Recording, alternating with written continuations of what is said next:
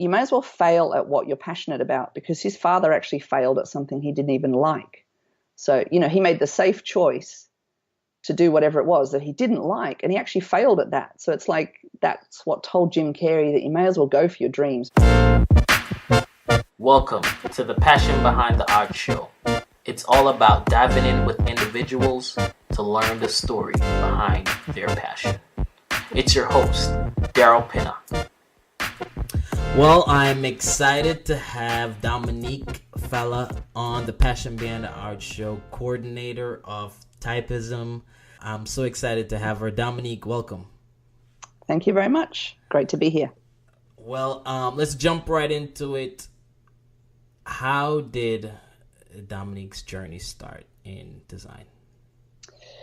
Probably with illustration. So I remember drawing as a child a lot, and I'm an only child, so I have no brothers or sisters, and I think that having to entertain myself really helped with me to, kick off the creative pursuits.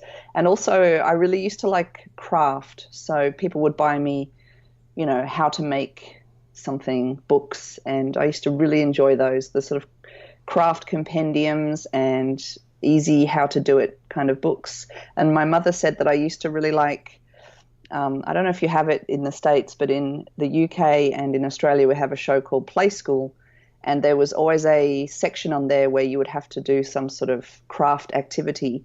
And my mother would say that when, Play School craft time would come on, I would start barking instructions about all of the craft materials I need toilet rolls, and I need them now, Mother. And so she would run around the house getting me these things. And she said I would always make the project way better than they did on the television. So I think it all came from there. Oh, that's funny. That's actually, after watching your work, that's starting to make a lot of sense, the whole yes. crafty experience. So, absolutely. Okay. So you find this love for craft, you find this love for creativity. When you started to get older and you're saying, okay, this is what I want to do, like, when did that happen, and what was the next thing that you did to start work towards that? Mm-hmm. In year 10, which in Australia is probably aged 15, I just happened to be in a secondhand bookshop in my town, and I found this little book which was like the graduate catalogue of all the graphic design students from a university that was located, in my state.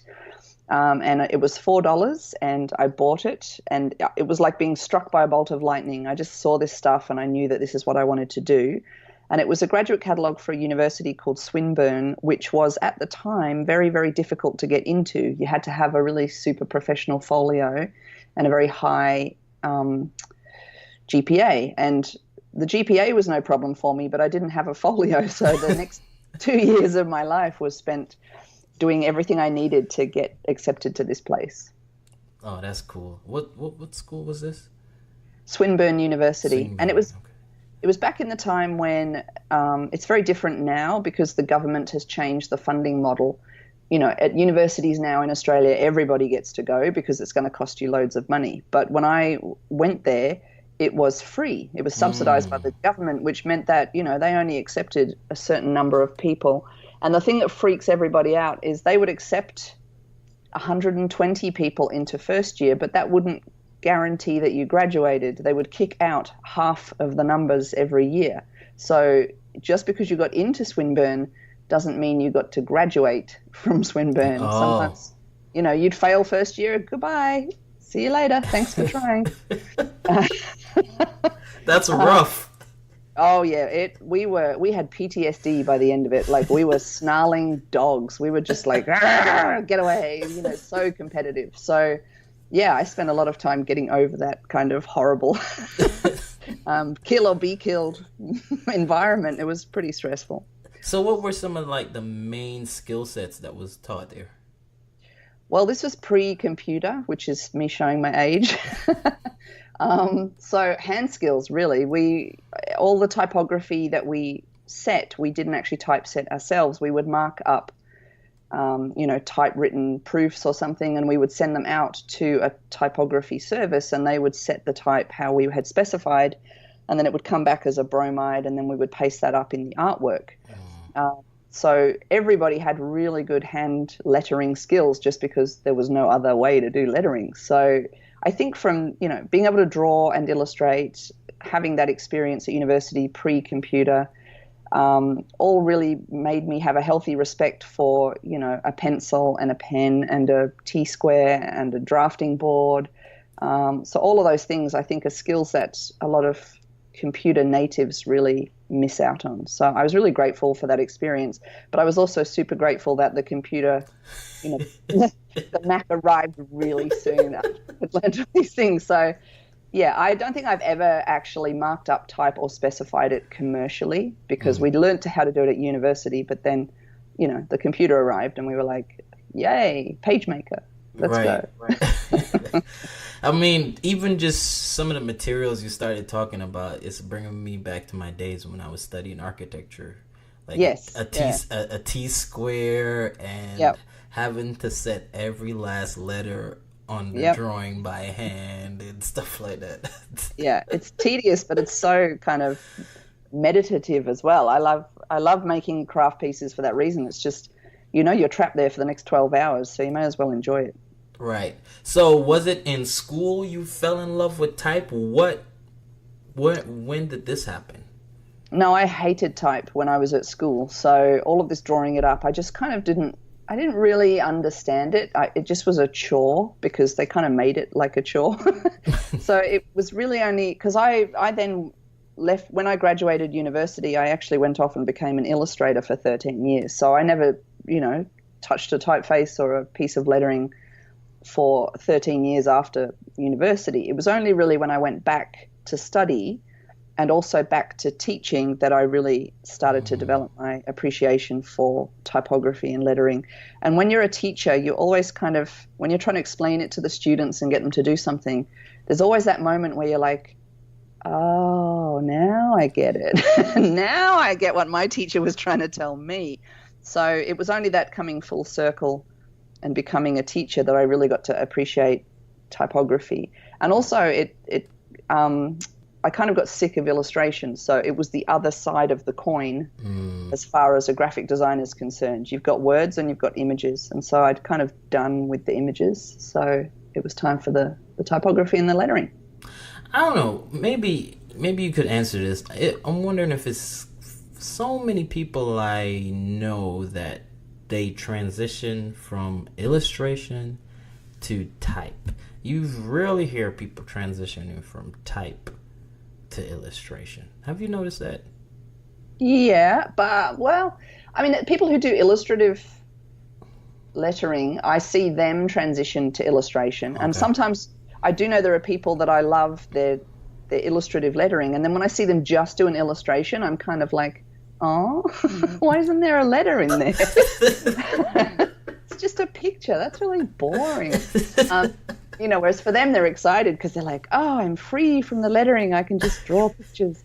So I don't know. It's a perspective thing. But I think, someone like Gemma O'Brien or somebody like Evelyn Kazakov could easily become just a commercial illustrator. There's no, the lettering part is not sort of essential to what they're doing. Yulia Brodskaya was the same. She did all that quilling, the paper lettering that everybody now copies. And so she was like, well, goodbye lettering then. If everyone's going to copy it, she now does portraits of people's faces using the same technique, which is just way too difficult for anyone else to copy. So she's transitioned away from lettering because it's sort of too reproducible, and she's now gone to a pure art form. So I've seen it happen. But yeah, you're right. People who can hold a pen and pencil tend to start with illustration and then they transition to lettering. I was just wondering that.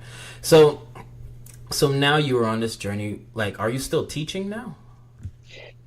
Less and less. I get promoted up through the ranks. You know how they always say that they take the people that are good at something and then promote them so that they end up not doing the thing like that. That's totally happening to me right now. I've been in a classroom for I don't know, probably 20 years now. So whilst I love going into the classroom, it's kind of the same thing over and over again. So it is good to be moved out of the classroom. But yeah, I'm in much more higher level administrative roles in the university, which is hilarious because I'm terrible at administration. So well, not really. We're going to get into it, but you actually do run a conference, so. Well, yeah, I guess I must have some. You're not so bad. I just, it feels like chaos when it's happening. So I'm like, why am I the one doing this? I shouldn't be. But then I try and get someone else to do it and they just freak out. So yeah, I guess it's my high levels of stress management that keep me in the game. So all right, so I know that one thing teaching has helped you to do is kind of notice certain details in creating letters and just learning in general. It helped you enhance that. What are some of the benefits from teaching? Well, I guess the main benefit is just the energy and enthusiasm because, as a lot of creative practitioners get into their groove, they tend to become more isolated if they're working at home, or they tend to become very, known for one thing, and so they really focus on that one thing. And I found that as an illustrator, you just kind of burn out because you're doing the same stuff over and over again. And it's like having your foot on the gas pedal without putting any more fuel or energy in there.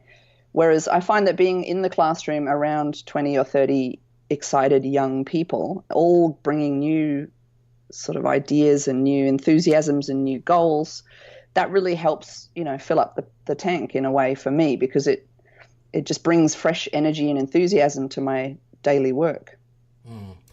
So I know, what made you use string for is that part of the reason because it was so difficult and not too much people were doing it? Like, what made you? Yeah, it's the whole sort of practice of the tactile typography that I started was actually part of a PhD. So I did my master's first, and that was in production design for film. So that was all purely illustration. And then when it came time to do my doctoral research, again, I was kind of done with drawing pictures. And so it became about looking at lettering. And it actually came about because I was part of an exhibition and I had hoped to, what was I going to do? Get a large digital print. I'd just done a piece of typography, but with vector shapes. And I wanted to get it printed, but the technician had actually gone home by the time I had finished the file. And so the only machine I had access to sort of get this giant thing out of my computer was the vinyl cutter. And I actually used to work at a sign writing shop for quite a while. So I was pretty experienced in vinyl cutting and application. So I literally got my vector file and I cut it out in vinyl, and then I applied it to a board, and then I took it to the exhibition and put it up on the wall. And it got such a huge response. Everybody just wanted to touch it because it was this low relief, shiny on matte kind of design on the wall. And I was just standing there going, there's like 15 sculptures in this room, physical 3D objects standing on plinths. Nobody wants to touch them. There's all this other flat artwork on the wall. Nobody wants to touch them. But everyone comes up to my artwork and they want to have a feel. And I'm like, what? What is happening here?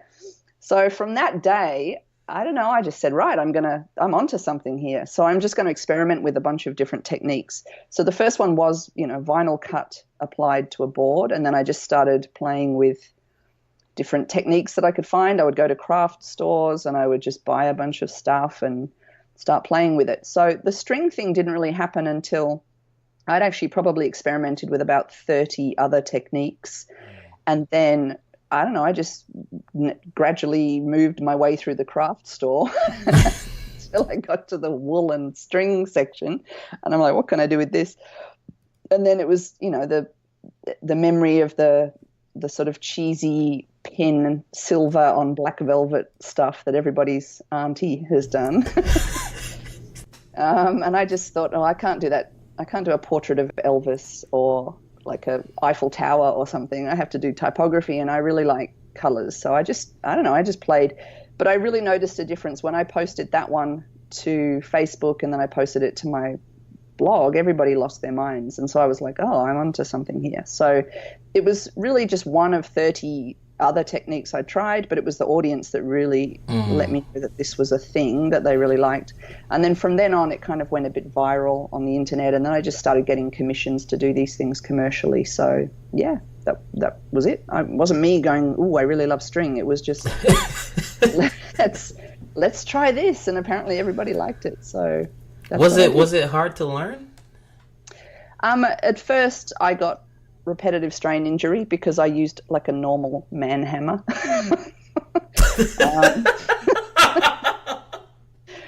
Like man up ladder, big nail, big hammer. No, we can't do it that way. So I got the tiniest little tippy tip hammer, and I got the tiniest little nails, and I got the tiniest little pliers, and then I managed to make it so that I could do it, for 10 hours at a time, because it's very time consuming. Yes. So yeah, I had to evolve the style a little bit because it's physically very damaging to body parts. That is amazing. Oh my goodness. It's like the little craft girl is just coming out. Yeah, that's right. All my skills. Yeah, and a lot of my students, they'll look at me doing something and they're like, how do you know how to do this? Like for them, a paintbrush is like a thing of mystery. It's like a magic wand, so they see me in my craft studio with all my materials and things, and they think it's amazing. They love it. All right, so let's jump into typism. Like, starting out, did you know that this would become this massive thing? No, absolutely not. It's completely and utterly evolved of its own accord, and I now just feel like I'm a sort of a guardian of it. It's not actually my thing anymore. It's everybody's thing, and I just push the buttons. So how did typism start? The idea for typism came about because of a lettering artist called Seb Lester, and you've probably seen his viral videos where he draws, logos using a ruling pen. But he's a very good calligrapher and also a typeface designer and also a graphic designer. And he was invited to come and speak at a one-day conference in Brisbane, which is near where I live. And so I went along specifically to see Seb Lester. And so it was a normal design conference where you would have, a design lawyer and a corporate logo guy and someone from Wired magazine. And, it's like just a variety of people. But when I sat there in the audience, I looked around at the audience and I knew quite a few of the people who were there. And I knew that they were all just here for Seb Lester. They just really wanted to come see this amazing lettering practitioner. And then we actually went for lunch, everybody, and we completely forgot about the rest of the conference.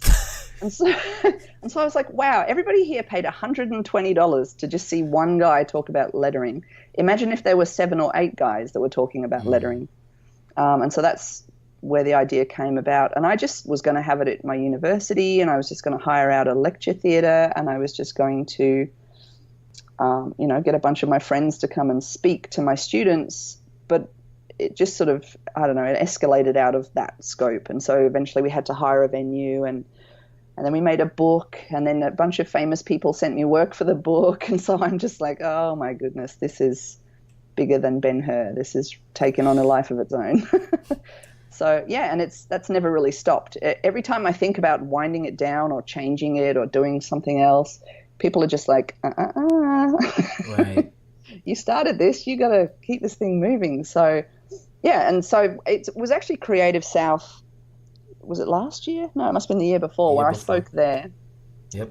And I saw the benefit of having something every year, because it meant that people could just, commit to that in their diary every year. Mm-hmm.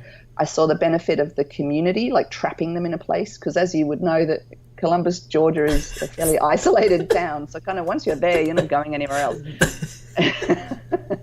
So, I really loved that everybody was had come here for this specific purpose, but they were all kind of trapped in the town, and that meant everybody really got on great and had social events and networking and parties outside of just the day of the conference.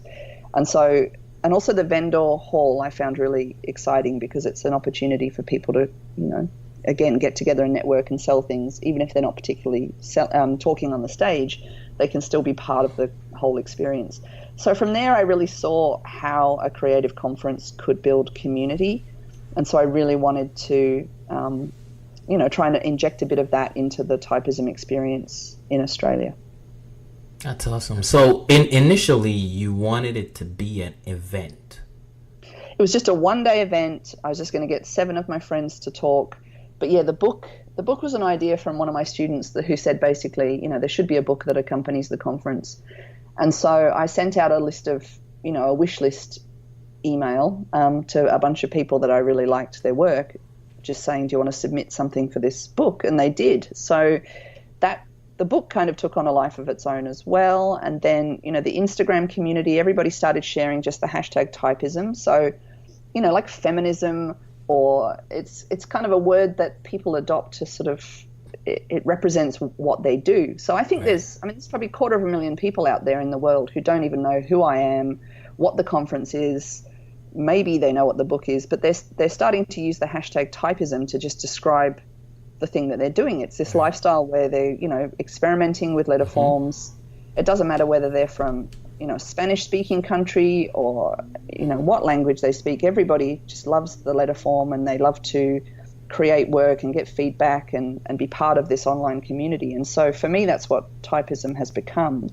But there's no way I could have, ever foreshadowed that this would be the case. And for me, the conference is very much, it's a local thing, Southeast Queensland.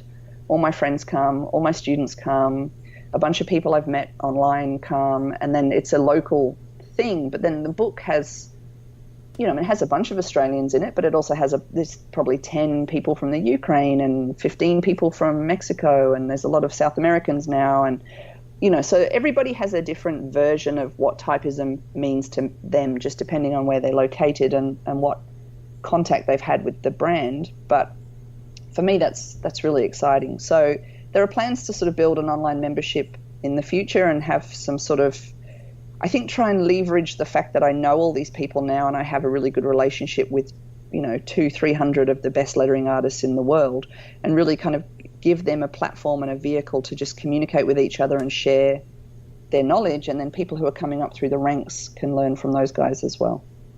That's awesome.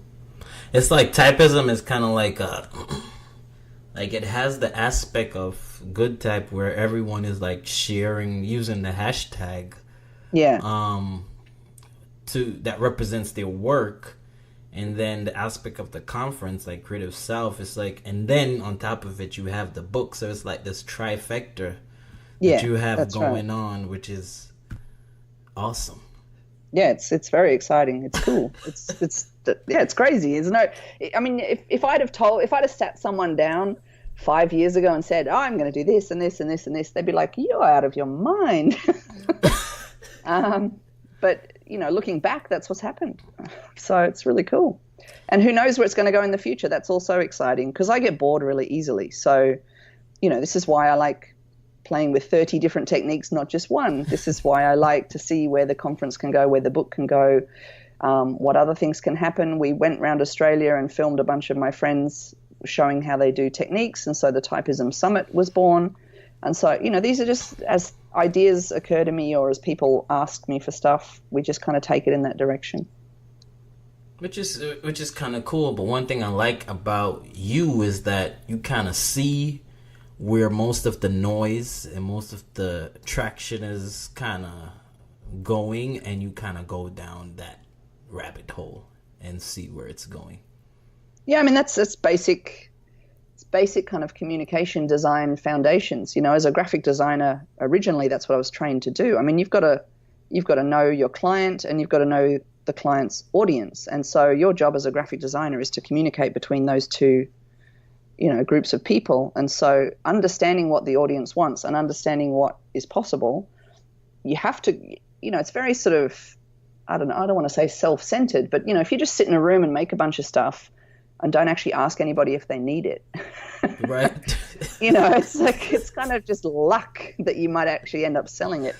And I see a lot of graphic designers, they miss that point. When they're working for their client, they understand they have to understand the client's clients. But when they're working on their own stuff, they just make stuff that they like. And so it really is about, no, you've actually got to take it to the audience and say, well, what do you guys want? And then I can make it, or then I can kind of switch it in a way that you're going to want to have it happen. So, for me, it was the frequency. So I was happy to do the conference and the book every couple of years, every 2 or 3 years, just because it took a lot of energy. And then the audience was like, no, we want another book. I was like, okay, you want another book? I got to give you another book. It's really about what they want, not what I want. All right. So what is like the whole process of the building this book like and getting all these submissions? The first book was very, very different to the fourth book, I have to tell you. So I'm a really interesting, like when you do a personality test or whatever, I'm a really interesting combination of somebody who's like a big picture visionary, lots of big ideas, but then I also have that combination of people. I just love systems. If I can systemize something, I will spend more time systemizing the thing than doing the thing. And so, for me, it's, if I'm going to repeat an activity and it's going to be a tedious chore, you bet I'm going to systemize it. So I've got a pretty, even the conference now, there's a lot of unexpected stuff that happens along the road, but I try and make it as predictable as possible so that I'm removing the need for decision making, and so that I'm removing the need for problems to arise that I have no solution for. I like to systemize the process. But the first couple, you're just bashing into the guardrail and correcting course, and then you bash into that side and back on the freeway. It was just painful, really painful. Whereas now, book 4 was smooth.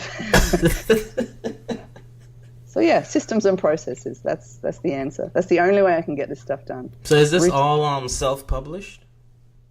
The book, yes, it's all funded by pre-orders, and then I don't know. Sometimes the conference funds the book, and sometimes the book funds the conference. It's like this rolling cycle of. Okay. The money just comes back around to pay for the next thing. So, but pre-orders for the book, and then we sell it. So, it's, we print a limited run because, they literally are sitting in my house. So, people get upset. They're like, oh, book 1 and 2 are sold out. I'm like, I don't have any room. I have to sell these things out. Otherwise my husband will divorce me. He's like, I can't get in the spare room anymore. Get rid of these books. So, we literally went to we went to a conference in Newcastle, which is like, 6 hours from my house on the weekend, called Make It Made It. And, they thought we were great because we brought a bunch of typism books, but I'm just like, it's time for these to leave my house. So everybody gets a book. So, we sponsored the conference down there and gave everybody Typism book 3. So that was really fun, just seeing everybody walk around with it, because that was a whole new audience that had no idea about typism, So it's a really great tool to be able to just hand it over and they go, this is incredible. Look at all this work and look at all these amazing artists from around the world. And, it's actually starting to occur to me that I should probably put a map or something in the book, because when I get all the submissions and then I look them up on the websites and things, because we put their contact details, every artist gets their contact details in there, it just blows my mind where they're from.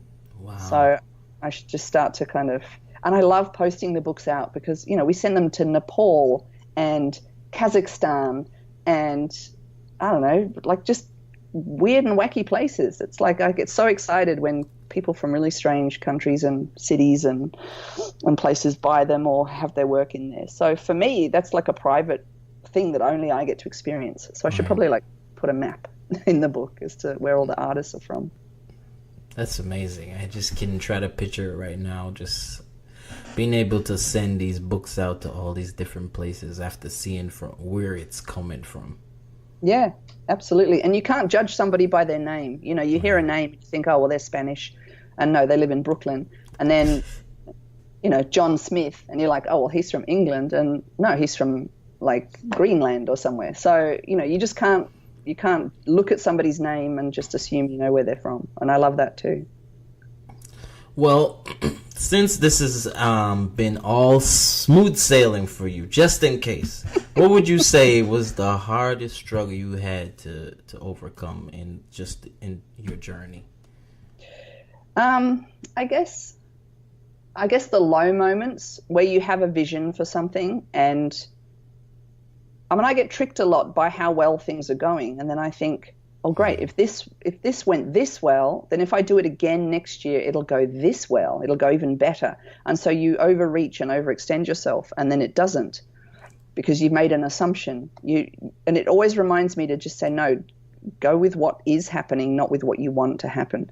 And so you've really got to look, at the actual as opposed to the vision for it, because I've overstretched quite a few times and then missed the mark. And so whilst I don't necessarily share that stuff, that can be it's a bit of a smack in the face for me, because I'm like, nobody else knows I've failed, but in my own personal, goal setting, I failed to achieve the thing that I thought I would be able to achieve. But, as far as anyone else can tell from the outside, it looks great still. Right. So, just keeping that to yourself, because you don't want to go whinging that, oh, I didn't do this and, oh, I didn't do that. And they're like, oh, poor you. Wow, it must be so tough to have this amazing thing that's so successful. And you're just upset because it's not as successful.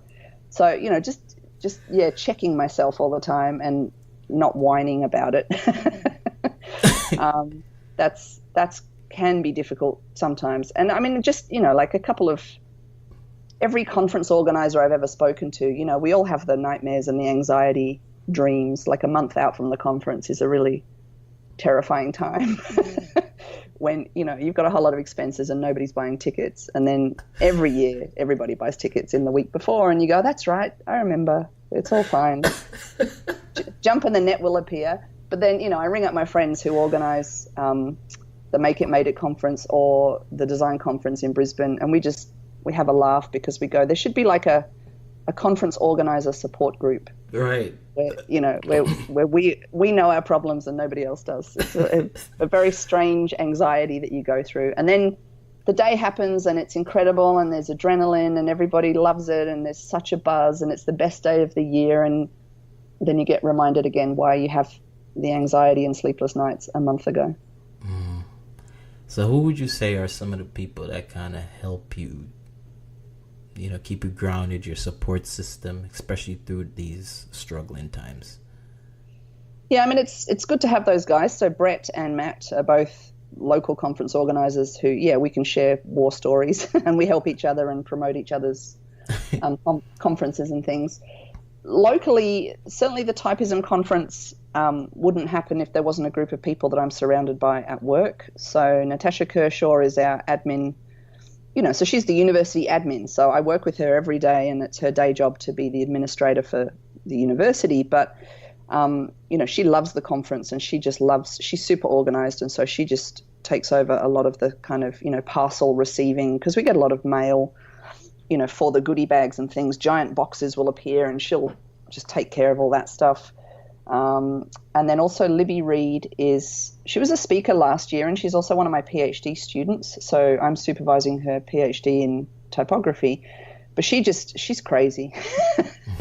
And so last year she came up with this idea that she wanted to hand letter everybody's lanyards. So, the cards that hang around your neck. Right.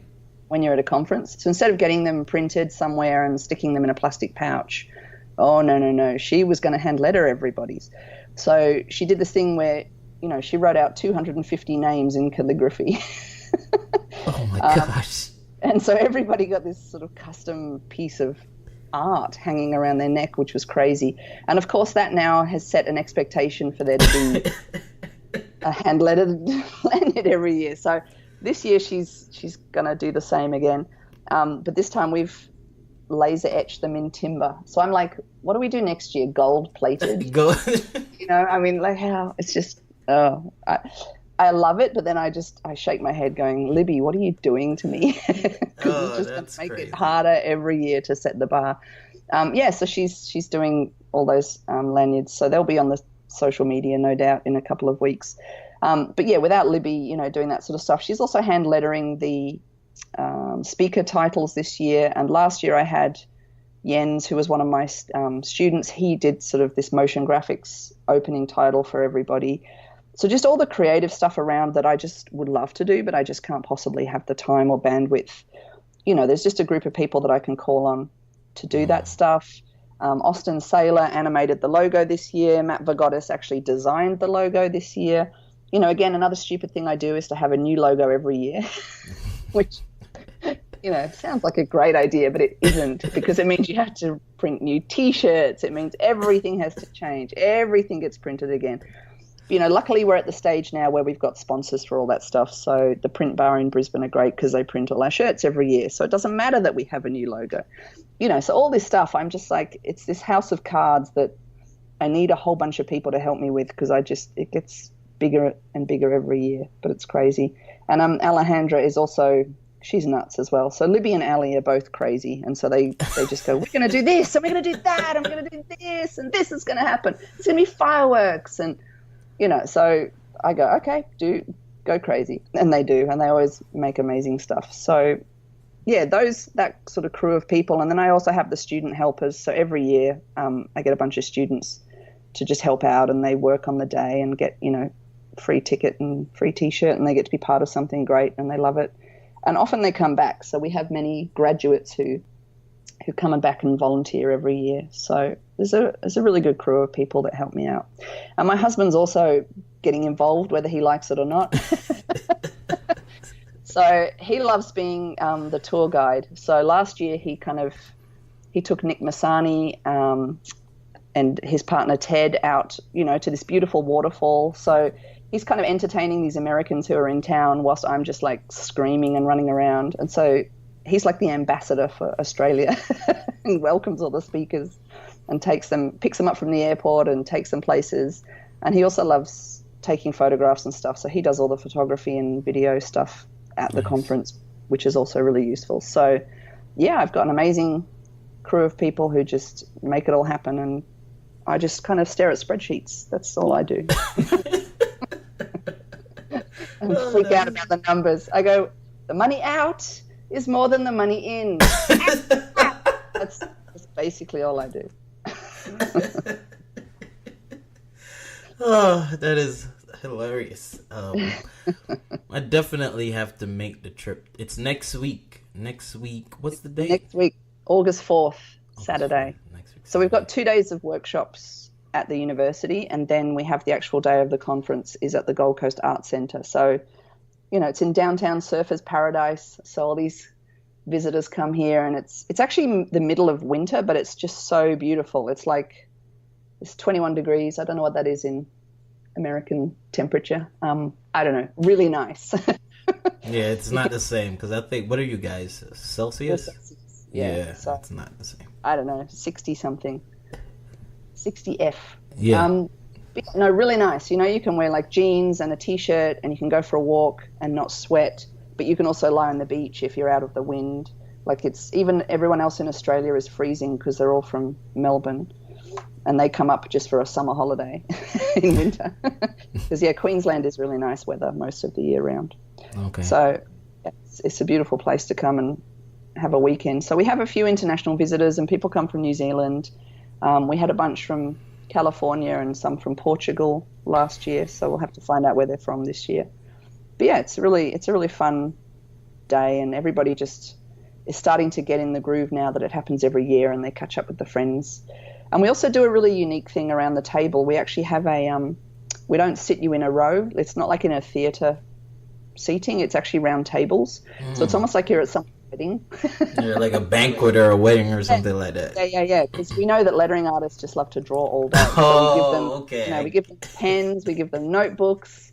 They sit around these tables and they just draw all day, and it's so awesome. I love seeing all the things that come out of it. And so, of course, we have competitions throughout the day of people, Instagramming what they've been lettering and things. So, yeah, that's really fun because, 80% of the audience are also some of the world's or the country's best lettering artists as well. So, it's a fun day with everybody being really creative and talented. That's amazing. Yeah, I definitely got to make the trip between seeing Roxy and Phoebe. Yes, they had a ball. Yeah. They loved it. And then Nick was there. We were actually talking to get him on my show when he was in Australia. Yeah, right. To speak at your conference. Yeah, he's so good. He's such a composed human being, and his work is just so meticulous. It's really lovely to see him go from strength to strength. Yeah. And then of course Matt has become a very good friend of mine, so I definitely got to come up there. Yeah, no, he's coming. He comes to the VIP party whether he can come to the conference or not. he makes sure he's having a good time with everyone. No, he's coming to the conference this year, which is good because normally last year he had a wedding or something he had to go to. So it'll be great for him to see how it's evolved because he spoke at the first one, which was in a different venue. So it'll be fun for him to see that. But yeah, a lot of those past speakers, they all come back because they just really love the whole vibe and the whole community, and it's a chance for them to see their friends and things.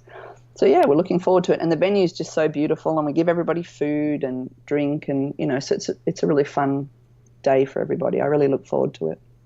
Awesome. So what is Dominique most excited about right now? Right. Well, in the future, very near future, I'm actually got a book coming out. So I got struck by lightning again. This happens to me every now and then. I got struck by lightning during the Easter break this year. And I actually did a survey with some people about creativity and what they were struggling with. And I kind of had this idea for a long time, and I just started, again, talking to the audience rather than just coming up with something and hoping they like it. I figured I'd ask people what they want first. And so I put out on Instagram a sort of survey, and a bunch of people filled it out. And this one survey from a person I don't know, but she actually wrote that, she feels like she's lost her mojo, and she really wanted to know what her creative superpower was. And that sentence just hit me like a bolt of lightning. I was just like, well, I can help you work out what your creative superpower is. That's what I want to do. So I wrote a book called Your Creative Superpower. And yeah, it's finished. So the book's actually being edited at the moment, and I'm now working on a series of worksheets. And all of the ladies that helped me out with Typism, we're actually going on a sort of a retreat, wind down trip the week after Typism. We're going to go to Bali, and we're going to workshop through the workbook. So I'm actually finishing the workbook for them to try it out. So then I can put their case studies into the finished book and then have it hopefully printed and available ready for next year. So yeah, I'm super excited about that. And everyone who's sort of read it or had a look at the material or the structure or anything, they're all sort of, very excited about it as well. So I just need to finish the worksheets and then test them on people to make sure that the exercises actually do get the desired result. Okay, that's cool. Keep me posted on when it's coming out and stuff like that. Absolutely, yeah. So I'll be sending, I want to send a few trial copies because it's about, I'd really like it to be useful for everybody, not just the types of creative people that I know. Right. I want there to be a range of people to try it out. So it would be really good to kind of have a bunch of different people, some with jobs, some who are being creative, some who are like working on a building site, but they really know that they want to write a book or something. I'd really like it to be useful for a variety of people. That's cool. So what is, as a well-accomplished person as you are, what is your first hour of your day like? How do you kick it off? Yes, so I have an email triage system. So, it's that same idea. Remember the TV show MASH, where they would there would be a kind of a disaster, and they would go into the triage area of the war hospital, and they would basically walk around going, yeah, you're all dying, but who's dying most? Who's dying the quickest? Who's going to die who's really going to die in the next 3 minutes? And so that triage process just means that I'm kind of going through all the stuff that's coming at me and just going, okay, yeah, I know you all think it's urgent, but like which ones are really going to, if I don't deal with this in the next hour, who's going to die? And so that email triage I do, and that's for Typism and my own personal stuff and for work as well. So I just go through all of my emails and I categorize them. And then that means they're dealt with in my mind. So that frees me up a little bit to then do something creative, because if I don't do something creative at the beginning of the day, the rest of the day hijacks it. But it means that by triaging all my emails, if there really is something that's on fire, I can deal with it straight away. But if not, then, it gives me that sort of space and time to do something for myself. And then I can get back to the emails and go through the sort of folders that I've put them into, which is, whether it's a difficult thing or it can be answered very quickly. And then I like to write in my morning pages. So I don't know if you've heard of a book called The Artist's Way by Julia Cameron. But she Yeah, I mean, it's kind of, I read it recently again, actually, and it sort of sounds a bit old-fashioned now. But when I read it, 20 years ago, it kind of changed my life. And I guess that's why I wrote my book, is because I sort of want it to be that for the new generation of, lettering artists. I really want it to just have some tools in there that will unlock your blocks and really kind of change your life. And so one of the tools that she advocates for is called morning pages, which is where you just brain dump effectively into a notebook. And so I've been doing that, religiously for the last 20 years. Is I sit somewhere in a coffee shop, I've got my A4 notebook, and I just dump my brain into the pages of the notebook over 3 pages. And then it usually sort of stops that blah, blah, blah, blah, blah, brain chatter, in your head. It means that you can sort of get clear on what's important, what your top 3 priorities are for the day. That's interesting. And make sure that you start off the day. I mean, there's the expression win the day. And I never get to the end of the day and go, yeah, I won that day. Because usually it's, no, someone hijacked that day. Right.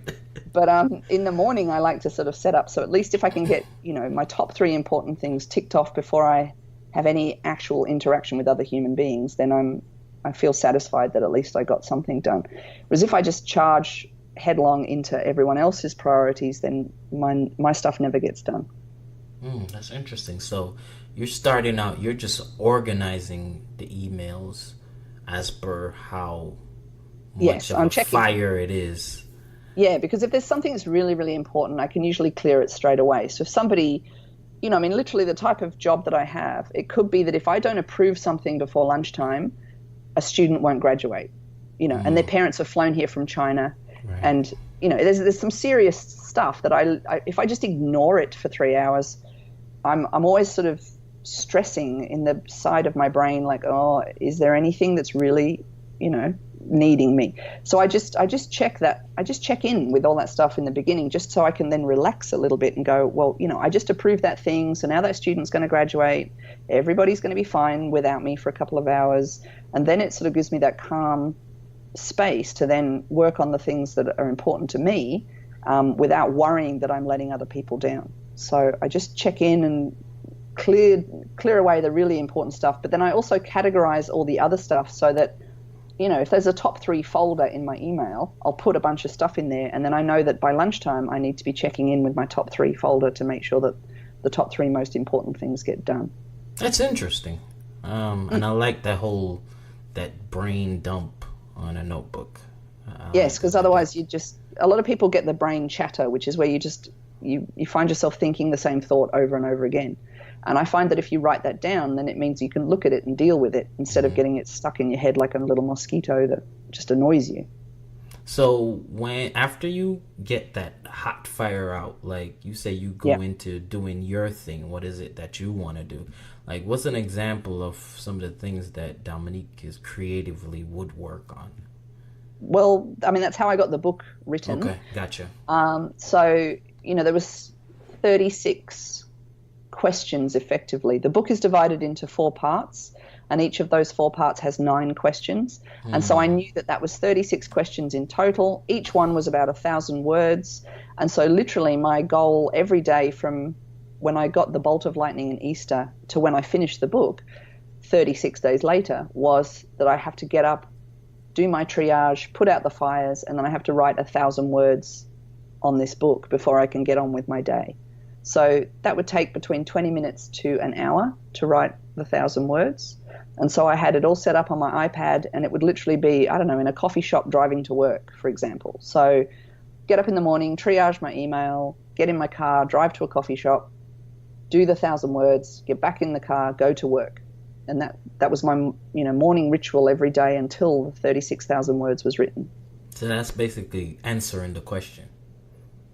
Yeah, well, no, giving the context and the background, and then asking the question. So the workbooks will be I got a place for the audience to answer those 36 questions as they relate to themselves, and then hopefully that'll pop out an answer in the end as to what their creative superpower is, what they're passionate about, who it's useful for, and how they can get paid for it.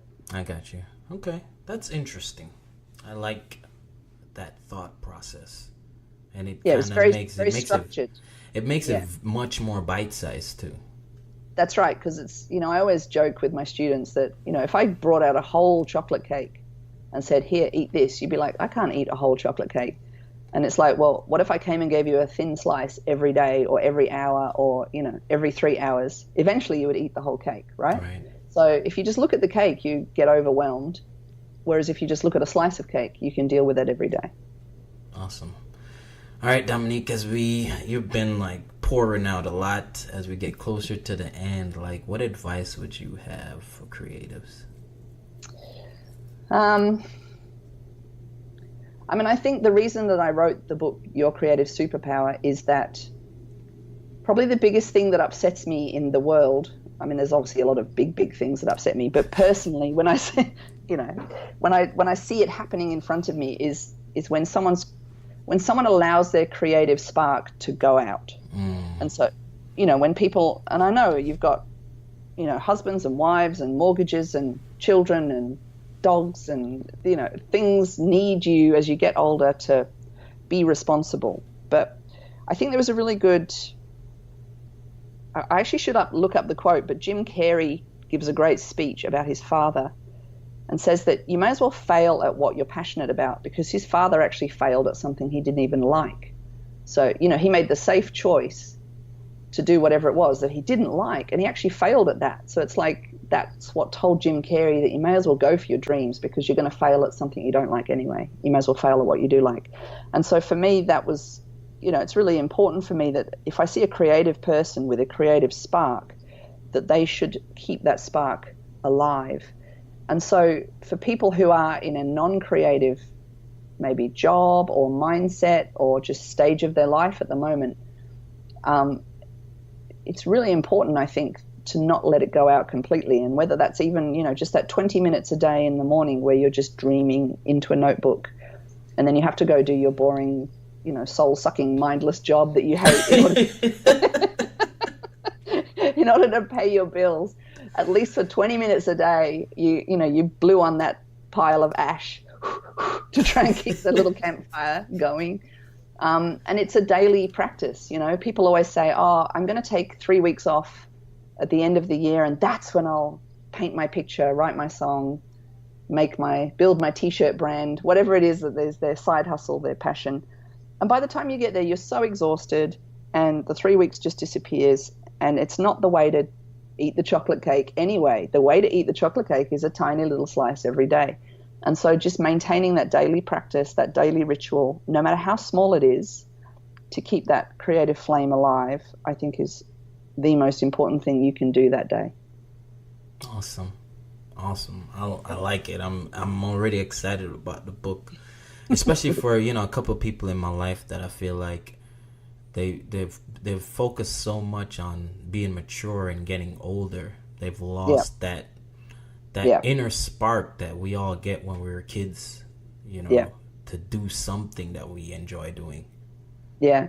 And I think, what I like about the book is it takes your experience and your skills and the things you're good at, as well as the things you're passionate about, and it actually kind of gets you to look at them in a different way, because a lot of people are just like, oh, well, I want to make this huge thing and make this huge impact. And it really is about, no, just sew together all the bits of fabric you already have. It's not like you've got to make a whole new thing. It really is about looking at where you're at and what you've already got, and just viewing it in a different way, that you can actually see a purpose for it and see how then to leverage it into something else. So yeah, people, they allow it to get bigger than it should be. It really is, by the time you get to the end of the process, you'd be like, oh, I already know this. It really is just shining a light into a cupboard you've already got stuff in, and just organizing that cupboard instead of building a whole new house. It really is, makes it manageable and makes it seem within the realms of possibility for people. Awesome.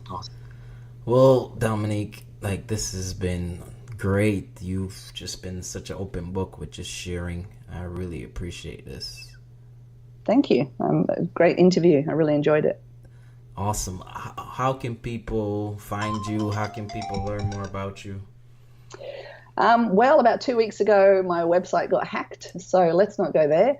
But my Instagram is still functioning. So Dominique_Falla on Instagram is where I tend to sort of start to post all the things I'm doing. So bits and pieces of typism happen there, but definitely the Creative Superpower book will start to roll out in the Dominique Falla Instagram. So I'd start there and keep in contact that way.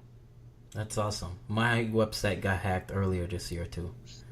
It's devastating, isn't it? Oh my gosh. You're just like, what do I do? It's literally like your house burning down, but then, you just don't even know where to start. I don't have website insurance, so nobody's going to come and build it again for me. And the funny part is, when I told my wife, I mean, she knew it was a big deal, but she was like, "Oh well, you know what I mean. I'm sorry it happened." But it's just like, yeah, and you're like dying inside. You're like, I have no identity. Who am I? No. It was pretty rough. I mean, all the typism sites went down as well, so they're all gone. Lord.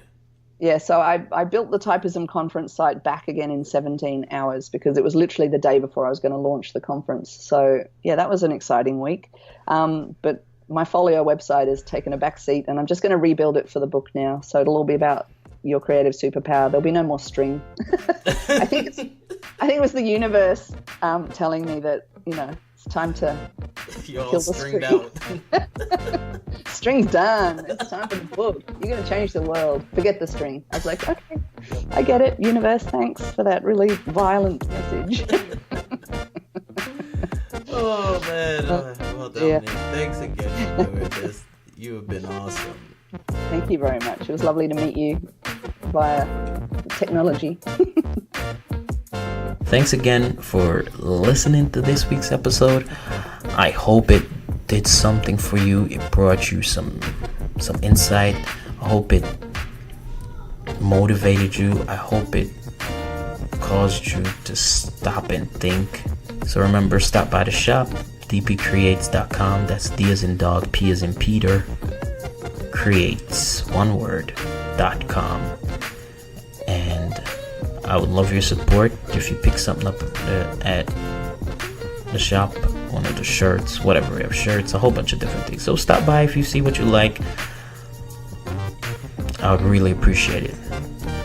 Thanks again for listening to this week's episode. Be blessed.